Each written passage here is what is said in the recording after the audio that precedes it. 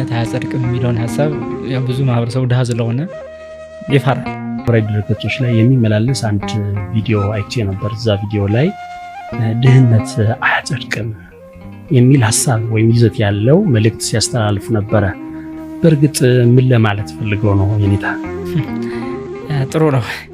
በተለይ ድህነት አያጸድቅም የሚለውን ሀሳብ ያው ብዙ ማህበረሰቡ ድሃ ስለሆነ ይፈራል። ከዚሁም ድሃ ሆኜ ከዛም ሳልጸድቅ ከቀረሁ የሚል ስጋት ሊያድርበት ይችላል። ዋናው አውዱ ነው። ድህነት የሚያጸድቃቸው አሉ፣ ድህነት የሚያስኮንናቸው ሰዎች አሉ። ተለይቶ ነው የሚታየው። ይሄ ያው የቲክቶክ ነገር ቆራርጦ ማቅረብ ስለሚሆን ነው እንጂ ወደኋላ ያለውን ነገር ብዙ ሰው አልሰማም ማለት ይቻላል። ሆኖም ግን በድህነት የሚጸድቁ አካላት አሉ፣ የሚኮንኑ አካላት አሉ። ተለይቶ ነው የሚታየው። ይሄ ማለት ነው ድህነት እንግዲህ መንፈሳዊም ስጋዊም ሊሆን ይችላል። መንፈስ ድሃ መሆን ማለት እውቀት ማጣት፣ ምግባር ማጣት፣ ፍቅር ማጣት፣ አንድነት ማጣት፣ ሰላም ማጣት፣ ደስታ ማጣት፣ እነዚህ በሙሉ ድህነት ተብሎ ሊጠሩ ይችላሉ። ይህ በውሳጣዊ ባለን ህይወት ውስጥ የሚከሰት ድህነት ነው። ስለዚህ ሰው በውሳጣዊ ስሜቱ መንፈሳዊ ግለትና ሙቀት እስከሌለው ድረስ ይህ ድህነት ነው። እንደዚህ አይነት አለ። ይሄ ድህነት ያው ፍጹሙን የኃጢአት ስሜት በማረከው ህሊና ውስጥ የሚነገር ነው። ኃጥአን ማለት ነው በጥቅሉ ድሆች ማለት በዚህኛው መንፈሳዊ አውድ ስንተረጉመው። እኔ ያነሳሁት ግን ይሄ በስጋዊም በኩል በራሱ ድህነትን ነው። ይሄ በስጋዊ በኩል ያለው የድህነት መንገድም ደግሞ ራሱን ችሎ 3 አይነት ነው። ምንድነው እሱ? ወደው ፈቅደው የሚቀበሉት ድህነት አለ። ሀብትን ንቀው ጠልተው ገፍተው፣ ሀብት ገፍቷቸው ሳይሆን ሀብትን ገፍተው ድሃ የሚሆኑ ሰዎች አሉ። ዓለም ገፍቷቸው ሳይሆን ዓለምን ገፍተው ከዓለም የሚርቁ ሰዎች አሉ። ይሄ ድህነት በራሱ ሀብት ነው፣ በራሱ ማለት ነው። ምክንያቱም ድሃ ለመሆን የሚያስብ ድህነትን እንደ ሀብት ለመቁጠር የሚያስችል ውሳጣዊ ፓወር አቅም ያላቸው ሰዎች ሀብታሞች ናቸው በራሳቸው። አለ በሚታይ ቁሳዊ ነገር ሳይሸነፉ የማይታየውን ዓለም በመናፈቅ ውሳጣዊ ደስታና ተድላን የሚኖሩ ሰዎች በዚህኛው ድህነት ምክንያት የሚጎዱ አይደሉም። ወደው ፈቅደው የሚቀበሉ ስለሆነ ይሄ የምናኔ ህይወት ነው። ይሄ ድህነት የሚያስኮንን የሚባል አይደለም። ሁለተኛው ሰው እየጣረ እየጋረ እየለፋ እየደከመ አግኝቶ ሀብታም ከመሆኑ ይልቅ ለፍቶ ሳያገኝ በመቅረቱ እግዚአብሔር የፈቀደለት ማግኘቱ እንደሚጎዳው ታውቆ አለማግኘቱ እንደሚጠቅመው የተሰጠው ቢኖር ይህም ድህነቱ አያስጠይቅም። የሚችለውን ያክል ይለፋል፣ ሆኖም ግን ሊያጣ ይችላል። አንዳንድ ሰዎች በማግኘት ወደ እግዚአብሔር ይቀርባሉ፣ አንዳንድ ሰዎች ደግሞ በማጣት ወደ እግዚአብሔር ይቀርባሉ። ስለዚህ ማጣቱ ወደ እግዚአብሔር የሚያቀርበው ሆኖ ሲያገኝ ሊሰጠው ይችላል። ጤና ሁሉ ኃጢአት አይደለም፣ በሽታም ሁሉ ጽድቅ አይደለም። ድህነት ሁሉም ኃጢአት አይደለም፣ ድህነት ሁሉም ጽድቅ አይደለም። ስለዚህ እግዚአብሔር ሰውን ለማዳን እኛ ከምንወደው ነገር ሁሉ ሊጠብቅ ይችላል። ለምሳሌ አንድ ሰው ሀብት ቢወድ ከሀብት ተጠብቆ ሊጸድቅ የሚችል ሰው ይኖራል። እሱ በባህሪ እውቀቱ ባወቀው መሰረት። እኛ ሀብት እንዲያገኝ ብንፈልግ እንኳ የማያገኝ ማለት ነው። ምክንያቱም ይህ የሆነው ለምንድን ነው? ውሳጣዊው ህሊናውና ለእግዚአብሔር ያለው ፍቅሩ ከገንዘብ በላይ በሆነ መንገድ ሲተሳሰር እግዚአብሔር በዛ ድህነቱ በኩል የበለጠ ወደሱ እንደሚቀርበው ባወቀ ጊዜ ሊሰጠው ይችላል። ስለዚህ እግዚአብሔር ባወቀ ይሄ በስንፍናው ምክንያትም አይደለም፣ ምንም አይደለም። ስለዚህ እግዚአብሔር በፈቀደለትና መልካም ነው ብሎ ባሰበለት መንገድ እየኖረ ስለሆነ ሳያማርር እግዚአብሔርም ሳይወቅስ በጸጋ ቢቀበል የሚያስኮንን አይደለም። እዚህ ጋር ባለትዳር ድሃ አይጸድቅም የተባለችዋ ጉዳይ የምትነሳው ግን ከስንፍና የተነሳ ድህነት ነው። ብዙ ጊዜ አይምሮ በተሰለበበት ዘመን አጭር ቃላት የሚያስቱ ይመስላሉ። አይምሮ ሲሰፋ ነው አጠር ያሉ ቃላት ሳይቀር ብዙ ሐሳብን ያኛውም ሰው እንዲያውጠነጥን የሚያደርጉት። አሁን የዚህ ዘመን አንዳንድ ጊዜ ብዙ ችግሮች እንደሚታዩ የሚያሳየው ጥቂቷ ነገር ሁሉ ጥያቄ ሆና መነሳቷ ነው። ለምንድን ነው ጥያቄ ሆና የምትነሳው ሲባል ወደኋላ ያለውን ሐሳብ አውድ ምን ሊሆን ይችላል ብሎ ከማሰብ መውጣቱ ነው። ይህን በሰፊ የተረዳ ደግሞ አለ። ልክ ነው ተኝተን የኖር ነው ብሎ የሚያስብ በጣም የነቃ ደግሞ ወጣት በስልክም በተለያየ ነገርም እሰማለሁ። ይሄ አያጸድቅም የሚባለው ሶስተኛው ድህነት ነው። እሱ ምንድነው? ሰውየው በዚህ ዓለም የመኖር ፍላጎት አለው። በዚህ ዓለም የመኖር ፍላጎት ብቻ ሳይሆን ደግሞ በጋብቻ የመኖር ፍላጎትም አለው። በጋብቻ የመኖር ፍላጎት ብቻ ሳይሆን ልጅ የመውለድ ፍላጎትም አለው። ልጅ የመውለድ ፍላጎት ብቻ ሳይሆን ደግሞ በክርስትና የመኖር ፍላጎትም አለው። በጣም ጥሩ። ይሄን ሰው ነው አሁን የምናወራው። በዚህ ዓለም መኖር ፈልጓል። ጋብቻም መስርቷል። ልጅም ይወልዳል። ቤተ ክርስቲያንም ይፈልጋል። ክርስትናን ሊኖርም ይፈልጋል። መስራት አይወድም። ተኝቶ ያረፍዳል። ስራ ቢመጣ ያመልጥበታል። መነገድ አይወድም። ምንም አይነት ስራ የማይወድ ተጨማሪ ገቢ ለማግኘት እንኳን የሚያደርገው እንቅስቃሴ የሌለው ጊዜውን በከንቱ በወሬና ባሉባልታ የሚያሳልፍ ነገር ግን ድሃ ነኝ ብሎ የሚያማርር ይሄ ነው ባለትዳር ሆኖ ድሃ የሚባለው። ታዲያ ይሄ ሰው ምንን አጠፋ ታዲያ ቢባል አንደኛ የተሰጠውን ጊዜ በአግባቡ ለመጠቀሙ ያስጠይቃል። አልሰራበትም። ጊዜ የተሰጠን እንድንሰራ ነው። አሁን የምናወራበት እኮ ጊዜ እኮ ነው። ስለዚህ ሰው ከጊዜ ውጭ መሆን አይችልም። ከጊዜ ውጭ መሆን አይችልም። ወሬውንም በጊዜ ነው፣ ስራውንም በጊዜ ነው ሊሰራ የሚችለው። ስለዚህ የሚሰራበትን ጊዜ የሚያወራ ሰው ድሃ ቢሆን ተጠያቂ ነው። ታዲያ በጋብቻው ላይ ምን ይፈጠርበታል? ማስተዳደር አይችልም። ይከብዳል። እሺ፣ ማስተዳደር ካልቻለ ጋብቻው ይፈታል፣ ትዳር ይፈታል። ትዳሩ ከተፈታ አይጸድቅም ነው። ስለዚህ ድሃ መሆን ያስኮንናል ማለት ነው። ምክንያቱም ፍላጎቷ ካልተሟላላት እቺ ሚስት በሰቀቀን ነው የምትኖረው። እንደዛ ከሆነ ልትወጣ ትችላለች። በዚህ ብቻ ምክንያት ልትበደል ትችላለች። ስለዚህ ከመሆኑ የተነሳ መኮንኑ አይቀርም ነው ከተፈታ። ሌላኛው በልጆቹም ላይ መሰረታዊ ፍላጎትን ያላሟላ ህይወትን ይኖራል። በዚህ ምክንያት ልጆቹ ቤተክርስቲያን መሄድ አይችሉም፣ የተለያየ ትምህርት መማር አይችሉም። በዚህ ምክንያት ልጆቹ አይምሮ ውስጥ ከባድ ፈተና አለ። ይሄም በተመሳሳይ ልጆቹን በከንቱ ያስቀረ ህይወት ነው።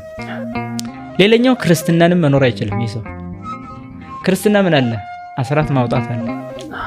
ስለዚህ ይሄ ሰው ባለመስራቱ ምክንያት አስራት ማውጣት አይችልም። አስራት ካላወጣ ደግሞ አይጸድቅም።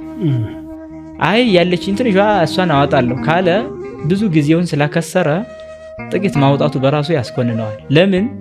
በማጣት ሳይሆን ጥቂት እያወጣ ያለው ባለመስራት ነው። አማኝ ነኝ የሚለው ሰው ሲሰራ ገቢ ያገኛል። ገቢ ባገኘው ልክ ነው የሚከፍለው። ስለዚህ ቤተክርስቲያን ለአገልጋዮች ልትሰጠው የሚገባውን በሙሉ አስቀርቷል። ሌላኛው ክርስቲያን ለመሆን ምጽዋት ያስፈልጋል። ምጽዋት ማለት ለተራቡ አይኑ የፈረጠ እግሩ የተቆረጠ ሰው መስራት የማይችል የሱን እጅ የሚያይ ክርስቲያን ስለሆነ እሱ አሁን ሰጥቶኝ ሊጸድቅ የሚፈልግ ሰው አለ ብሎ የሚያስብ፣ ይሄኛው ግን ሰርቶ ባለመመጽወቱ ተጠያቂ ይሆናል። ምክንያቱም እግሩ ከተቆረጠ አይኑ ከፈረጠ ሰው አልተሻለም። ስለዚህ መመጽወት ባለመቻሉ ተጠያቂ ይሆናል። መመጽወት ያልቻለው ግን የሌለው በመሆኑ ሳይሆን ያለው ለመሆን ባለመስራቱ ነው። የተሰጠውን መክሊት ካልፈጸመው ሰው ጋር ይገናኛል። ይሄ በማቴዎስ ወንጌል 25 ላይ ካለው ጋራ 5 ተሰጥቶት ያተርፋል፣ 2 ተሰጥቶ ያተርፋል፣ 1 ተሰጥቶ ደግሞ ይቀበራል። የቀበረው ሲጠየቅ ያየነው እኮ በስንፍና ነው እንጂ እኮ 2 ማድረግ ነበረበት። 2 አድርጎ አልተጠየቀም። 2 የተቀበለው 2 ቢያተርፍ ተመስግኗል። ይሄ የቀበረው ያላተረፈውን ግን እግሩን አስራችሁ ወደ ጥልቁ ወሩሩት ተብሏል። ይህ ማለት በስንፍናው ምክንያት ነው። ስለዚህ ድሃ ሆኖ ስለተገኘ ነው። ይሄ በምሳሌያዊ መንገዱ እንዳለ የተጠቀመውን እንኳን ብንወስድ አለመስራቱን ያስጠየቀው። ይህም ብቻ አይደለም። ማቴዎስ 25 ላይ እዛው 10 ደናግል ከሚባሉት 5ቱ ልባሞች 5ቱ ሰነፎች ብሎ ይጠራል። ሰነፎች የተባሉት አለመስራታቸው ነው። አለመስራት ሲባል መንፈሳዊ ምግባር ነው አይደል? መንፈሳዊ ምግባር በራሱ በገንዘብ ይሰራል ነው። ለምሳሌ መንፈሳዊ ምግባር ለመስራት እኮ መመጽወት አለበት። ለመመጽወት ደግሞ ምን ማድረግ አለበት? መስራት አለበት። ካልሰራ ምን ትመጸውታለህ? ካልመጸወት ደግሞ ሰነፍ ነህ ማለት ነው። ስለዚህ ሰነፎቹ ደግሞ ወደ ውጭ ቀሩ ነው የሚለው መጽሐፍ። ታዲያ አይጸድቅም የሚለው ጽንሰ ሐሳብ መጽሐፍ ቅዱሳዊ መሆኑን በዚህ እናረጋግጣለን። ታዲያ ከዚህ ጋር ተያይዞ ታዲያ ይሄኛው ሰነፉን እንዴት አይጸድቅም ተባለ ተብሎ ቢታሰብ መጽሐፍ ቅዱስ ሰነፍ ይጸድቃል የሚል የለም። በፍጹም ለሰነፎች ቦታ የሚሰጥ የመጽሐፍ ቅዱስ ክፍል የለም።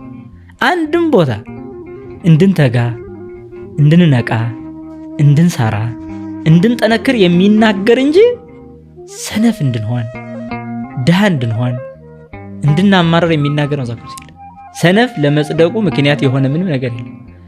ሰነፍ በወዲያኛው ዓለም ብቻ በዚህ ዓለም ሳይቀር በመጽሐፍ ቅዱስ የተወገዘ ነው። በዚህ ዓለም ሁሉ እንኳን አይደለም በወዲያኛው ዓለም። የወዲያኛው ዓለም እኮ ከዚህ ዓለም የተሻለው ነው።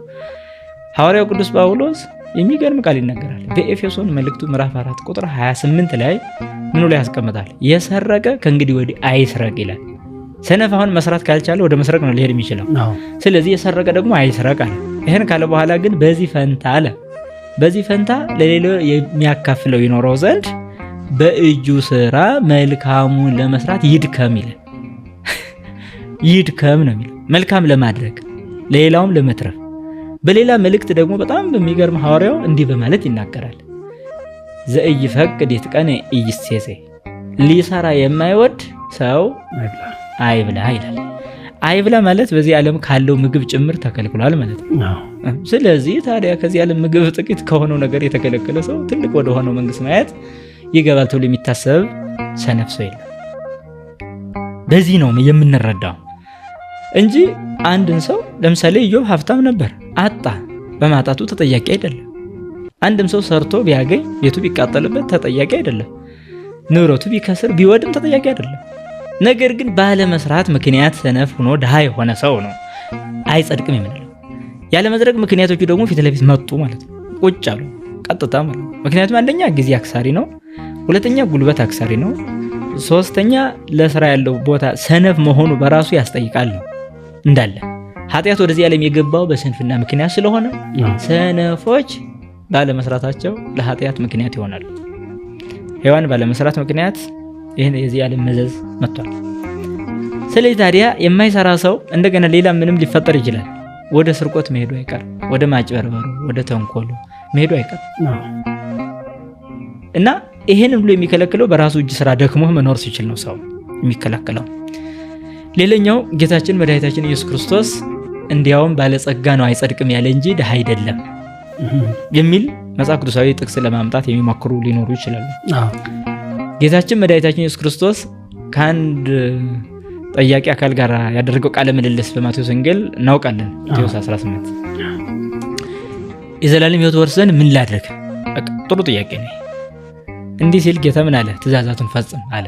ትእዛዛቱንም ዘረዘረ ከ10 ቃላት። በቃ አታመንዝር፣ እናት አባትህን አክብር ወዘተ። ይህ ሰው ምን አለ? እኔማ ከሕፃንነቴ ጀምሬ ጠብቄያለሁ አለ። እንግዲህ ከመልካም ቤተሰብ የተወለደ ቢሆን ነው ጥሩ። አሁን ክርስቶስ በቃ በጎ አድርጋል ሂድ አላለው። ምን አለ? ሌላ ጥያቄ ያቀረበለት። ፍጹም ልትሆን ከወደድክ አለ። ሌላ አሁን እንግዲህ ድህነት የሚያጸድቅ ነው መጣ እዚህ ጋር። ፍጹም ልትሆን ከወደድክ ያለህን ሽጠህ ተከተለኝ አለ። ያለህን ሽጠህ ሲል አሁን ቀጥታ ሰውየው ፍጹም ሕጉን ከፈጸመ በዚህ ዓለም መኖር በቂው ነበር። ሀብቱን ይዞ በጎን ሰርቶ መዳን ይችላል። ግን የዚህን ሰው ወደ ላይ የማደግ ህሊናውን ክርስቶስ ፈተነው። ምን አለ? ፍጹም ልትሆን ከወደድክ ያለህን ሽጠህ በቃ አንዲት ቀረች አለ። አንዲቷ ምንድን ናት? እሷ ያለህን ሽጠህ እኔን ልትከተል ከቻልክ ትችላለህ ነው። ከባድ ጥያቄ ነው። ከዛ ይህ ሰው ምን አላዘነ ይላል። ምክንያቱም ሀብቱን ትቶ መሄድ አልቻለም። ለምን? ድህነትን በፈቃድ መቀበል የማይችል ሰው ነው። ጥያቄው ይሄ ለምንኩስና ለሚሻ ሰው የቀረበ ጥያቄ ነው እንጂ በዓለም በትዳር ልኖር ብሎ ለሚያስብ የቀረበ ጥያቄ አይደለም። ማስተዋል ያለብን። ምክንያቱም ሁሉን ሸጠህ ተከተለኝ ማለት በዚህ ዓለም አትኑር ነው። በቃ ክርስቶስን በሚከተል ህሊና ውስጥ ወይም በዓለም ያለው የሚከተል ቢሆንም እንኳን ሁሉ ለመናውን ሰጥቶ ሊከተል ብሎ ለሚያስብ ሰው ነው የሚነገረው ይሄ እንጂ አሁን እዚህ ትዳር ይዞ ቤት ይዞ ያለን ሰው ልድን ከፈለክ ይሄን ቤትህን ሸጥ አይባልም። የለም። ምክንያቱም በዚሁ በሕገ ጋብቻ ኑሮ ክርስቶስን ማግኘት የሚችል መሆኑ ይታወቃል። እዚህ ጋር ግን አንድ የተቀረች ማለት ፍጹም ልትሆን ከወደድክ ነው። ፍጹም ማለት ክርስቲያናዊ ፍጹምነት የሚገኝበትና ክርስቲያን ሆኖ መኖር በጣም የተለያዩ ናቸው። ክርስቲያናዊ ፍጹምነት ማለት ራስን መተው፣ ስለ ራስህ የሚሆን ምንም አይነት ጉዳይ ላይኖር ይችላል ማለት ነው። ስለዛ የምትከላከለው መከላከል የለም፣ ስለ ራስህ የምታስበው ሀሳብም አይኖርም። ሁሉ መላህን አካል ትሰጣለህ ማለት ነው። ይሄን አባቶች መላቀቅ ብለው ይጠሩታል። መላቀቅ ማለት ከዚህ ዓለም ብቻ አይደለም፣ ከራስም ነው የምትላቀቀው። ይሄ ፍጹምነት ነው። ስለዚህ ይህን ፍጹምነት የሚሻ ከሆነ ጥያቄው ቀረበለት፣ ግን ወደቀ። ምን አለ? አዘነ ይላል። ይህ ሁሉ ሀብት ሽጬ እንዴት ብዬ ለድሃ ሰጥተህ አለ። በዚህ ሰዓት ነው አይ ሀብታም ገንዘቡን ሰጥቶ ጽደቅ ቢሉት መጽደቅ አይችልም። ስለዚህ ታዲያ ቤተክርስቲያናችን ይህን ሀሳብ ምን አመጣች? ልጆቿ ሰርተው ግን ለድሃ እየሰጡ እንዲጸድቁ አደረገች ማለት ነው እንጂ ሀብታም አትሆኑ አላለችም። ካልሆኑማ መስጠት አይችሉም። ስለዚህ ቤተክርስቲያን ላይ ስጡ የሚለው ትምህርት በራሱ እኮ ያለን እንድንሆን የሚያሳይ ነው። ከሌለን ልንሰጥ አንችልም። ስለዚህ እንድንመጸውት የሚናገረው የመጽሐፍ ቅዱስ ክፍል በሙሉ እንዲኖረን የሚያስተምር ነው። ከሌለን አንመጸውት። እንድንዘክር ከተማር ለመዘከር ያለን መሆን ያስፈልጋል። ያለን ለመሆን ደግሞ መስራት ያስፈልጋል። ለመስራት ደግሞ ስንፍናን ማስወገድ ያስፈልጋል። ስለዚህ ሰነፍ ሰው አይሰራም። ካልሰራ አያገኝም። ካላገኘ አይሰጥም። ካልሰጠ አይጸድቅም። ይሄ ነው። ስለዚህ ሰነፍ ሆኖ ድሃ ሆኖ ከተገኘ ሰው መጽደቅ አይችልም። ለዛ ነው መጽሐፍ ቅዱሳዊ ነው ስንል ዝም ብለን አይደለም ማለት ነው።